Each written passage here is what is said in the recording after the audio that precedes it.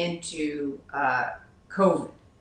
COVID hit at different parts in time around the US and around the globe, but it hit in a more material way in the US and affected the legal market in March.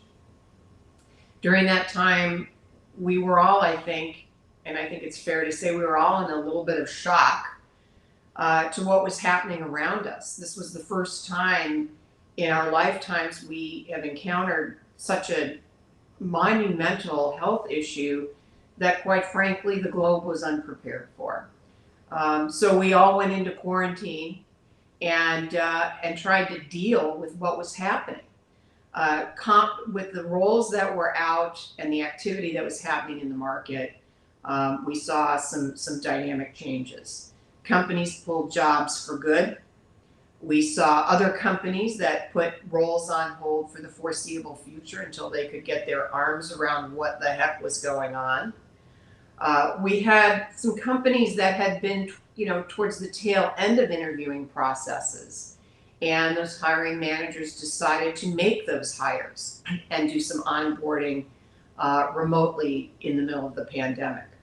And then we had others that were slow rolling their job opportunities, keeping the roles open, and trying to keep some momentum going, but at the same time trying to get their arms around what was happening. We set up an electronic infrastructure and technology to enable people to work from home and remotely. And we learned that employees could be productive working from home. In fact, employees were more productive in many ways, utilizing technology and streamlining process. I think also being quarantined at home with nowhere to go also facilitated that productivity. We saw some layoffs in the hardest hit industries, which included hospitality, retail, transportation, food and beverage. With regard to the law firms, I was very pleasantly surprised to see them take an alternative route to massive layoffs. They put their summer associate programs on hiatus.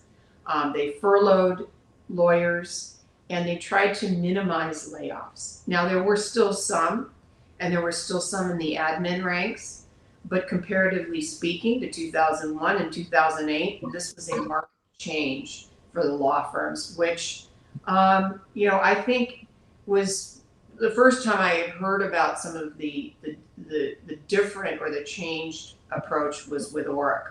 And I was really, really pleased to learn that. Some companies who benefited from COVID ramped up their hiring during this time. Companies like Zoom, companies like Clorox, Facebook was very active, and they were siphoning off attorneys from law firms and other companies around them and throughout the US and globe. Compensation stayed flat, so we did not see an acceleration of comp like we had been seeing since 2017. We did not see a decrease in comp. It stayed flat. At the same time, dealing with all of this, people were going home and dealing with significant personal matters and issues. We were managing childcare. We were managing distance learning. We were managing our elderly parents and relatives. We were managing without childcare, without a supportive infrastructure at home. And those of us who were working had an extra burden to bear. Women in particular felt the brunt of this. And I think that the stress level started ballooning. The legal issues for these companies did not go away. In fact, they increased with COVID and the related issues. And people were feeling things from every angle. It was like a pressure cooker. Departments were overtaxed. They were not getting the help they needed. People were working longer and harder. And hiring managers were dealing with significant retention issues. So it was a path that was not sustainable. And these issues were putting tremendous pressure on GCs, hiring managers, law firm executives, and at the same time, we had external market forces that were serving as a catalyst for increased activity. And this created increased hiring, and the market started opening right around June. So in June, we saw more hiring activity, hiring budgets and headcounts were starting to become restored. We started seeing companies and individuals from a psychological perspective and also from a logistics perspective getting their arms around the pandemic, how we were working, how we were dealing with this. We started seeing external factors that were driving hiring, liquidity events in the form of SPACs, IPOs, direct listings, M&A activity. This was all creating the need for lawyers. We also saw a lot of money on the sidelines from the investment community dying to start putting their money into M&A activity as well as emerging growth companies. We saw as a catalyst for this increased activity in hiring the set of next generation technologies that were coming out of hibernation during COVID. When I talk to candidates and I talk on panels, I've been talking for the last several years about these next generation technologies that are going to materially change the way we live and the way we work. These are technologies that have been incubating for about 8 years. They came out of hibernation around 2017, 2018, and it's going to be material. It reminds me a lot, for those of you who were around in 1996 and 1997 when the internet became this huge sensation. It reminds me very much of that kind of energy and dynamic. Next generation technologies include AI, virtual reality, autonomous driving vehicles, fintech in the area of cryptocurrency, blockchain, consumer finance, life sciences in the areas of CRISPR, diagnostics, cancer research, and drug development. And then we have SaaS 3.0. All of these technologies are going to change the way we live and the way we work. That's going to happen in 2021, which I'll talk about in a minute. But they started coming out of hibernation, okay? The level of activity starting in October has been very high. And when I say activity, I mean hiring, I mean investment, I mean IPOs, SPACs, direct listings, M&A activity. We also have, what I'm seeing on the startup side, hiring at all levels, many GC roles of companies, heads of legal roles, emerging growth companies building their legal departments. I mean, 10 years ago, if you had one, maybe two lawyers in an emerging growth company, that was a lot. Now we're seeing teams of 5 lawyers, 6 lawyers, 7 lawyers in Series B, C, D companies. On the public company side, we've got product privacy, data security, product security, securities, M&A, all driving legal hiring, driving the market. So building on that since October, we are now in 2021. And I was hoping to banish the word unprecedented from my vocabulary, but unfortunately, the issues and the activities from yesterday at the Capitol, I think are also evidence of continued unpredictability that will mark part of 2021 and the legal market. So in this year ahead, what is going to make 2021 the most dynamic year? I think there are several things. First of all, the stage is set to facilitate growth. We have a level of hiring activity that has momentum that's been building since October, And I'm seeing that now even on January 7th. New opportunities, new hiring at all levels, lawyers, associates, lateral partner mobility, legal ops, contract managers. We have a new political administration in place, and at the very least, regardless of your politics, it will reduce the amount of chaos that we will be anticipating and experiencing. It looks like Biden's going to be putting in a fairly moderate cabinet. And so all of these, with regard to the administration, the global markets like those things. They like predictability. They don't like chaos. They like moderation. And that's going to have an effect on corporate America, on the global corporate ecosystem, which will inevitably affect the legal market. We have a vaccine. The vaccine is being distributed. It is known to at least be effective against this COVID-19. People are starting to get the vaccine. So theoretically, and hopefully in reality, it's only a matter of time before we can contain these numbers and start getting back to some sort of semblance of normal. We are seeing investments, and we will continue to see investments in startups and M&A. And liquidity events in IPO, SPACs, and direct listings, as well as M&A, are going to continue throughout 2021.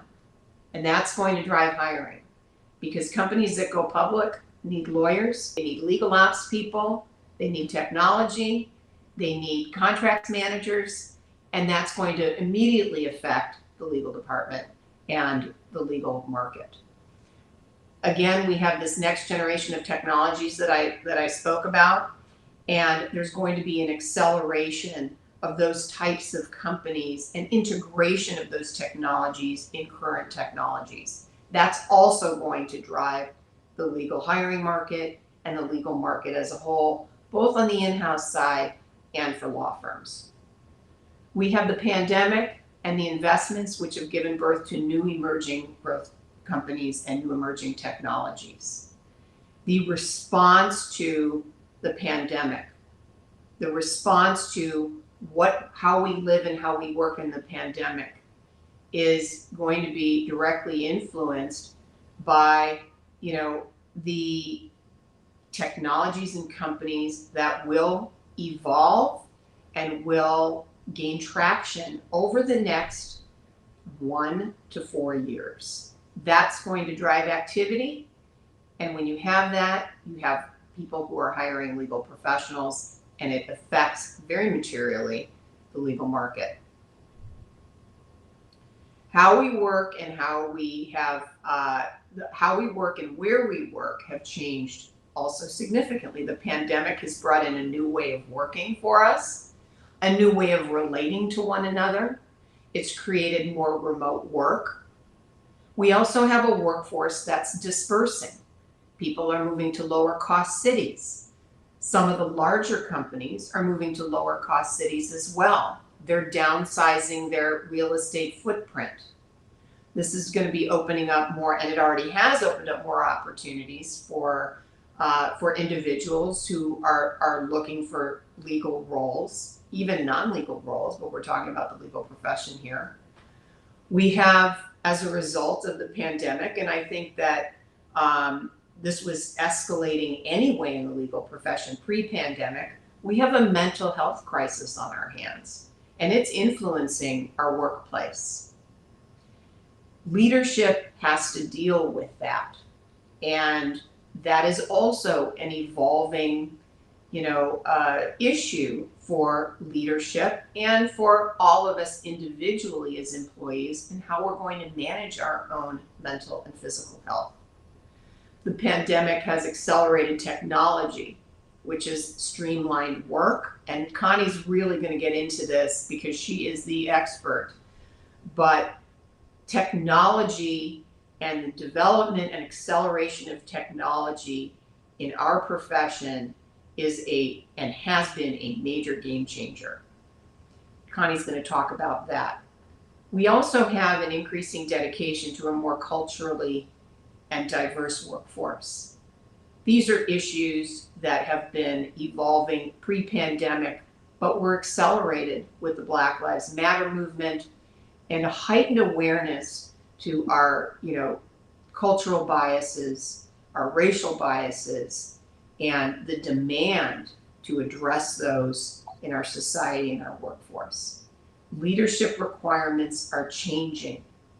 And if you're going to be a leader, and Connie's going to touch on this too, it means something different in this world, in this time. And it will mean something different in 2021. And that's part of the dynamic changing workforce and changes that we're going to be seeing.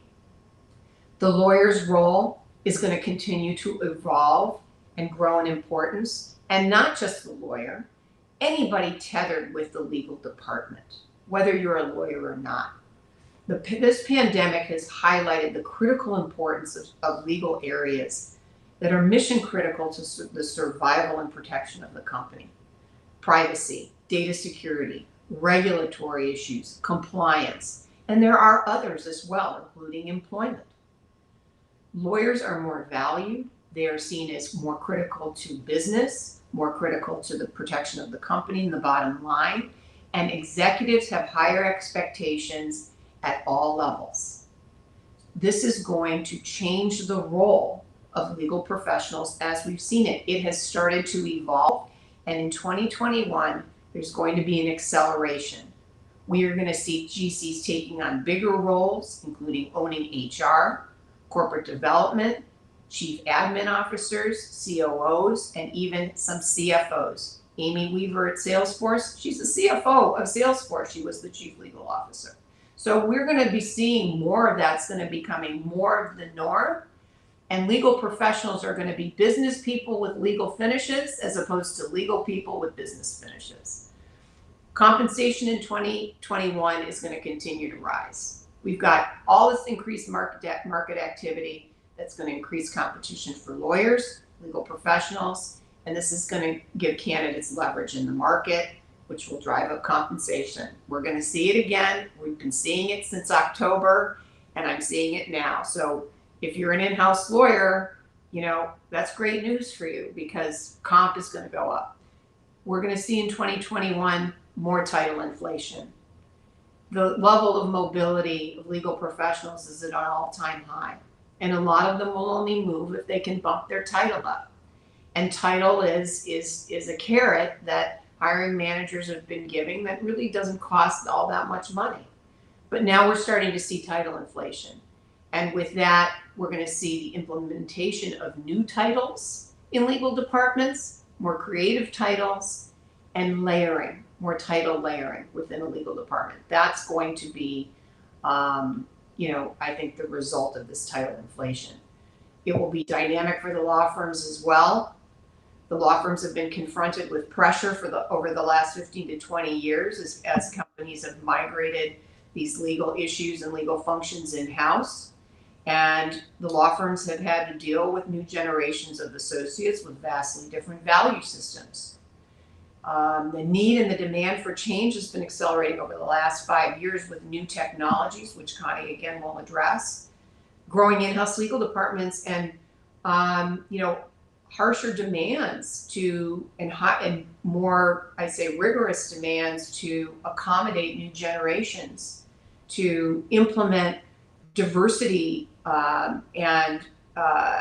diversity and inclusion policies and put their money where their mouth is. These law firms are going to have to adapt or they will die. And that's going to be the catalyst for consolidation as well. So even though I've talked about a lot of things that can indicate clarity, there's still unpredictability still looms, which contributes to the dynamic nature of this market in 2021. The virus is still rampant. Remote work is still unclear for the long term. We still have political chaos as a threat. And we don't know what life is going to look like yet when we return to the office. So it's a book that has not been finished. And I think that we're going to be seeing trends that will change over the course from week to week as opposed to quarter. And it's the most dynamic landscape I've seen in my career. With all the moving parts and unknowns, I do believe that the legal process and the legal market is in for a lights out year of growth and change. And I think that's incredibly exciting. And I think that it's an optimistic view, which is realistic, and it's something I'm excited to be part of. So with that, if anybody has questions, Connie, Colin, if not, I'll turn the floor over to Connie. Okay, I'll take the floor. I feel like you should say the senator from. So Julie and I are very good friends. Julie actually placed me at NetApp 10 years ago, almost to the day 10 years ago. So we go way back, and we have stayed in touch and are very close. So I'm delighted to be on the stage with you. And much of what I am going to say will be an exclamation point behind what Julie has just gone through. There are three themes I think this next year will focus on. One is collaboration, the second is flexibility, and the third is resilience. I'm going to start with what did my morning look like, because our days, the way we work, how we work, inviting people into our living rooms is so different now than it was 10 months ago. I almost said 10 years, but since we have no concept of time for the last 10 months. But we started with a global meeting at 7 a.m. It is common to start meetings at 7 a.m. now. This would have been unthinkable to have been routinely starting our days at 7 a.m. After that, we had at NetApp, we started a meditation group in the morning. So there are a group of us who for 10 months every day get together for 15 minutes and start our day together with meditation. Another very unusual concept 10 months ago. And then we had a learning from each other. And normally learning from each other's are substantive, legal focused, designed to enhance the education and the development of the legal team. So we decided that we would bring in Mike Robbins. I don't know if you are not aware of him, you should be. He's a brilliant speaker and motivational speaker. And so we invited people outside of legal. And this morning when we got on a little bit early, and he said, how many people should I anticipate will be attending this morning? And we said, well, we think between 30 and 60, thinking that the Zoom fatigue has taken a hold. And we had 350 people on that call throughout the NetApp enterprise. So that is a huge data point, because people are thirsty for connections and developing tools so that we know how that we can manage in such a very different environment. And he spoke about growth mindset, appreciation, and authenticity. Also topics that are just, we would not have put front and center 10 months ago. So collaboration has been impacting in a lot of subtle ways since COVID, and it will continue. There have been the creation of innovation advisory boards from law firms. So they also are talking to their clients, us, in a different way, in a collaborative way. Let's build this technology. Let's innovate together. There's also a shift in what do we need in our leaders. There is a recent study, it was in a collaborative study by several universities, that talks about the leaders who are most successful in a remote environment are leaders that, and I'm going to quote this so that I don't use bad language myself, the leaders that get shit done. It's more important now than what finesse would have been if we would be in person and you're having these interactions in the hallways. So leaders also must be very good at change management, and we need to start considering current high performers. What are the skill sets that we need to develop what we had described as current high pose into what will we need going forward.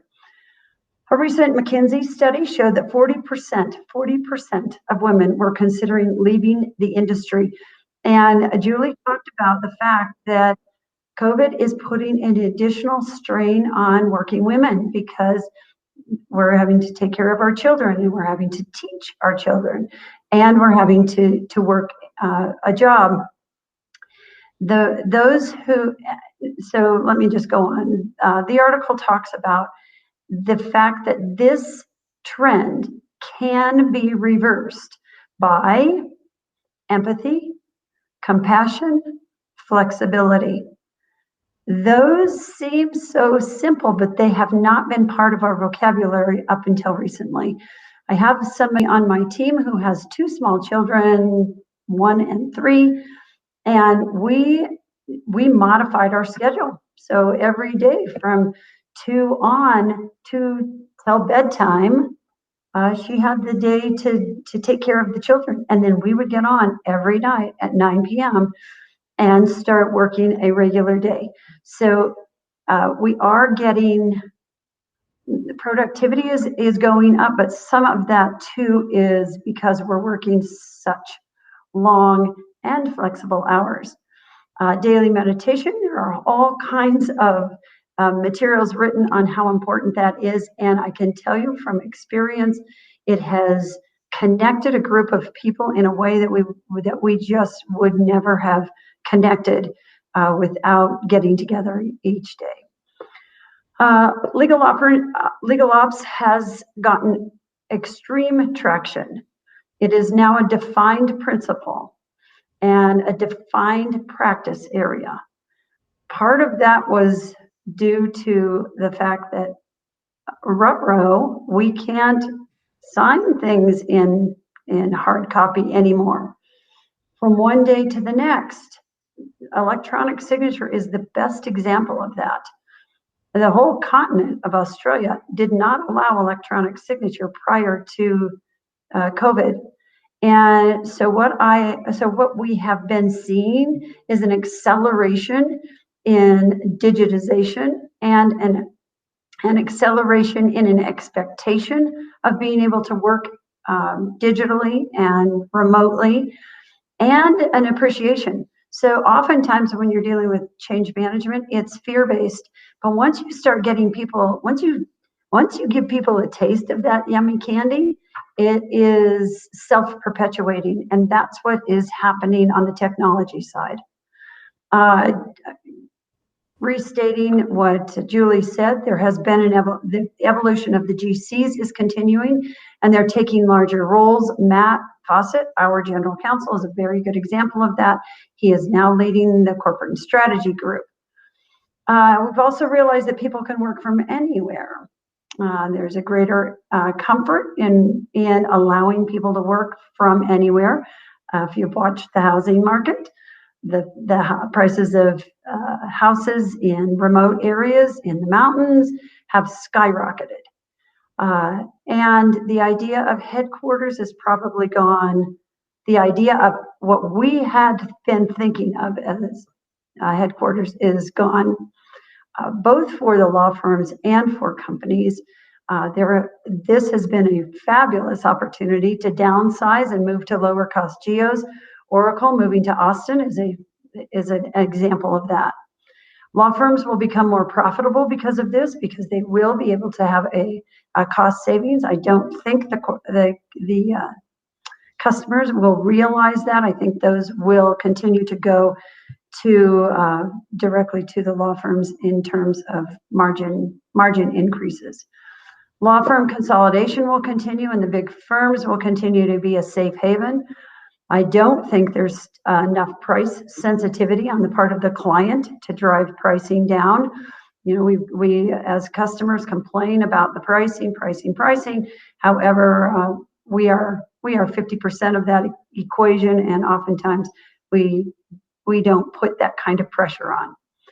However, there is a tremendous move to the alternative legal service providers. So about 4 years ago, it started at a 2% migration rate. It went 2, 4, 8. Now we are anywhere between 12 and 15% of movement of funds away from law firms and to alternative legal service providers. It doesn't seem like a huge percentage, but it is a growing percentage on a huge number. So there will be an impact on the law firms. We have a wider range to choose from. The big four are in. They have hired some of the best in terms of operations executives. Axiom has a new look and feel. Epic joined last week. Quizlex, other virtual firms are still healthy and moving forward. There's a need for a broader range of skill sets, so it is becoming more and more apparent who is comfortable with accounting and business acumen and who is not, and those skill sets will need to be filled in, because in order to service your internal business client, you have to have some understanding of the way they speak, their language. And talent's more accessible. So diversity is easier to attain with a geographically accessible talent pool. We talked about the corporate CLI. We've renamed CLI so many times that I'm just going to call it CLI. That is the summer program that we just on a whim put together, primarily to give access to low-cost environment law schools and students to some of the more high-cost environments. So the school that we started and that we continue to partner with is Southern University Law Center in Baton Rouge. And we have taken, and we personally, NetUp has taken interns from there every summer. Last summer, however, was the first summer that we went remote. And now everybody can hire a remote, diverse intern. We're not constrained any longer by geography. Okay, I'm going to move on to, so it's people, process, and technology always in terms of how I think of the market. Processes, there will be a focus on meeting budgets. There is extreme pressure on our budgets, and the other thing that we're seeing is they are shorter term budgets. So before we might have planned for a year and 5 years, now we're planning much more by quarter or semi-annually. We are far more data driven. So I don't know about you, but we have been asked, prove to us that you are efficient and that you need the headcount that you need and that you can't work differently, and move to some sort of self-service models. So NetUp declared war on paper some years ago. I'll tell you a quick story. We're moving from one building to another building, and WPR, Workplace Resources, came to us and they said, we need to build a room that has reinforcements in it, because all of the paper that you have stored in your secure repository, I hate to use the word repository, is so heavy that we're going to have to build a new floor reinforced in the new building. At that point, was easy to perpetuate our war on paper, and we eliminated that. We have digitized. The next war on what will be a war on email. So we will start using collaboration platforms, Teams, etc. Email is a very inefficient, ineffective way to get things done. It's hard to govern. it is time consuming, especially when we are on Zoom meetings 8 to 10 hours a day. We cannot keep up with the amount of time that is required of us to be in front of the screen. Remote learning will get better. However, we also have found, and I'm sure some of you have personal experiences here, most students would prefer to be face-to-face.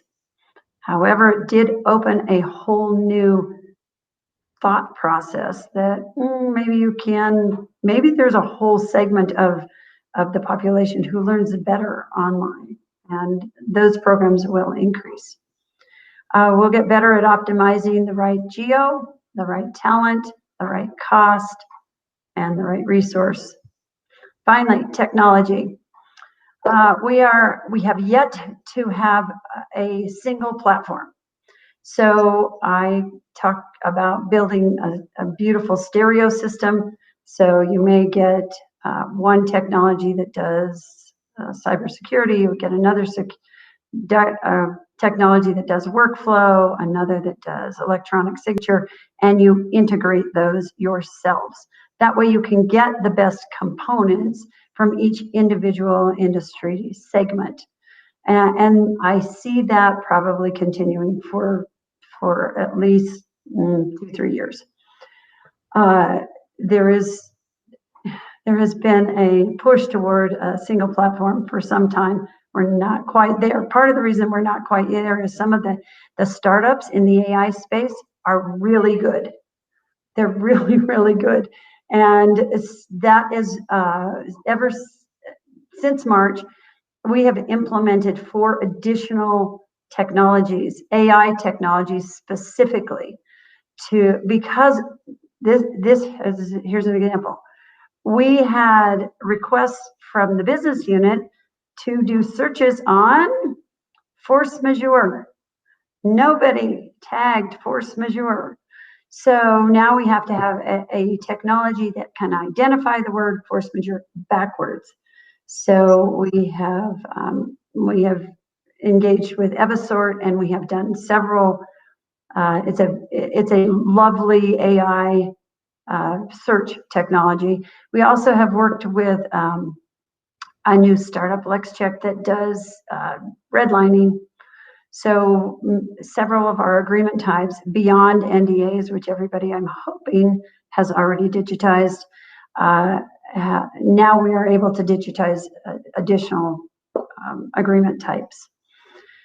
Cybersecurity is keeping many of us up at night.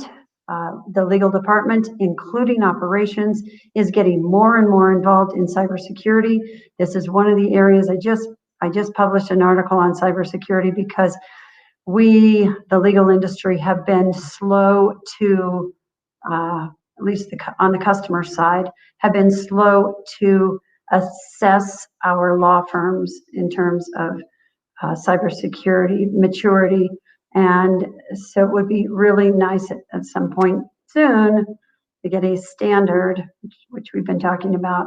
The law firms and the corporations have been talking about this for a couple of years, which is about how long it takes for change management in the legal industry. So this year might be the year that it actually happens. And virtual reality is getting better, and the early adopters are beginning to experiment with it more in a diverse setting. So I don't know about you guys, but I know it's too far away, but I have a pair of Oculus glasses. So we have been playing around with, because we're craving this connection and this, can you make it seem a little bit more real? We have been playing around with virtual reality. And have you ever put on Oculus or any kind of virtual reality glasses? You should. And just because it's a mind-blowing experience, at least it was for me. I'm going to close with we are in need. We are humans, and we need face-to-face interactions. We know it. It's been we have all felt it. We've intimately felt it. We've tried lots of things to connect in ways, in any possible way that we can during the pandemic. But as soon as we are practically and reasonably able and safely able to go back to face to face, I think we will. We are not Zoomerang. And with that, I will turn it back to you, Colin, and thank you for the invitation to speak today. Let me just jump in with a quick question on a macro level, and I'm going to go to Judy first before we address the questions